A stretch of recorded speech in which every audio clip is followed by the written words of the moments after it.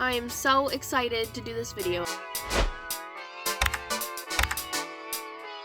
If I'm ever going to Walmart and I need a pencil, I look for Staedtler or Ticonderogas, or if I need a mechanical, I definitely look for the Papermate Clearpoint. They're very good for the price. Yes, technically Walmart does sell microns. They are typically not in the office supply for some reason. They always put them on the end caps near the sewing area, but personally I just prefer Sharpies. You can hate on me, I don't care, but whenever I have microns, they always dry out. So personally, I always go for the Sharpie S-Gels or the regular kind. I also love these little clip erasers. If you've seen my channel before, you probably know how much I love these little sketch diaries. They're cheap and they let you insert your own cover.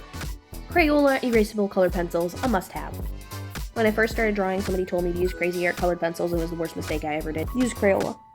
If you want to get Prismacolors, Walmart does sell them, but I recommend getting them at Sam's Club. They're so much cheaper. Not just colored pencils, avoid Crazy Art anything and always try to go for the Crayola. If your Walmart sells the Prime brand, make sure you get that instead because it's even better than Crayola. If you're using Crayola, make sure you pick up the Colors of the World colored pencil set because it's a really nice set. If you can afford it, I would highly recommend investing in a better paintbrush because personally, I hate cheap paintbrushes. The hairs always come off of them and everything, but work with what you got, of course. However, if you're going to invest money in something, I would get a nice quality paintbrush. It was the best thing I ever did. Obviously, nothing will compare to professional paints. However, if you're just doing practices, there's nothing wrong with using cheap acrylic paints or cheap canvases. Honestly, unless you're selling something, it really doesn't matter what you use.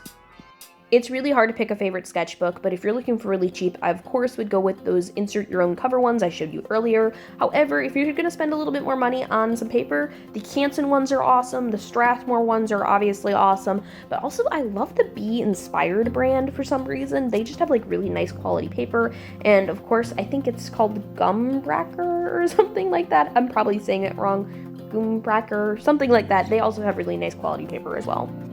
Always try to avoid sketch paper though. I mean, unless you personally like it, it's never thick enough to handle anything except for graphite. That's what it's meant for. So if you're going to do any kind of inking or colored pencil or anything, always look for mixed media sketchbooks. Walmart didn't always have such a wide range of like sketchbooks available, and it's really nice to see that they have like a bigger selection now. Try to avoid the two cheap brands at Walmart called, I think, Royal Langerak, maybe, Daler Rowney. I probably said those wrong, but those are like the two main cheap brands available at Walmart, and it is never worth the money. For example, here's a Faber-Castell sketch set that's only $1 or $2 more than the Royal brand, and it is so much better, like literally night and day, and you're actually gonna get more use out of it. Sometimes it's worth it to buy the more expensive brand just because it's gonna be better quality and last you a lot longer, so you're not gonna be replacing it as often. Honestly, anything that's Faber-Castell is always going to be the best quality available. When it comes to Prismacolor though, obviously be cautious. I mean, most of their pencil sets are really good, but some of their other products aren't as good of quality. Whenever you see alcohol-based markers for this cheap, you should always run away very, very quickly. I will be honest though, I haven't tried out all of the products from this brand, like these watercolor brushes or their watercolor sets. All I know is like their pencil sets and such aren't great, but who knows, maybe some of the products will surprise you.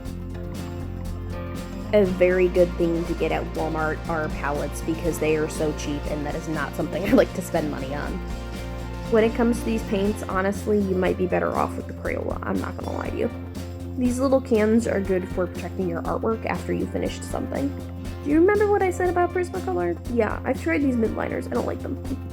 Their Scholar brand tends to be a hit or miss. I haven't tried all of their products. I love my sharpener that I got here. It's the Boss Stitch one, and it works great. Once again, I haven't tried all of their products, but typically I would avoid anything that says Daler Rowney or the Royal brand. This would be a good example of just waiting a little bit more time if you can't quite afford it, and just save up that extra $1 or $2 for the nicer quality paints.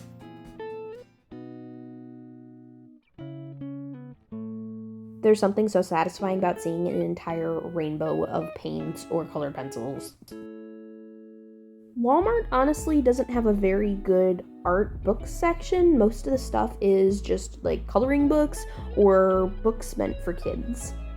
Honestly, I only saw like 1 or 2 books for teens or young adults, unless you count the professional coloring books. Also, is nobody gonna talk about the fake flower section? It's just so satisfying, and it's like such an Instagram moment. Oh my gosh. And of course, Walmart is the go-to for cute little accessories, and I loved this little Mickey Mouse headband there. Like, oh my gosh, it reminded me of like the Hannah Montana dress. For those who are old enough, you'll know what I'm talking about. Well, I hope you guys liked coming to Walmart with me. If you did, make sure you like and subscribe and comment down below if you have any video requests, and I will see you all later. Bye, 9cat away.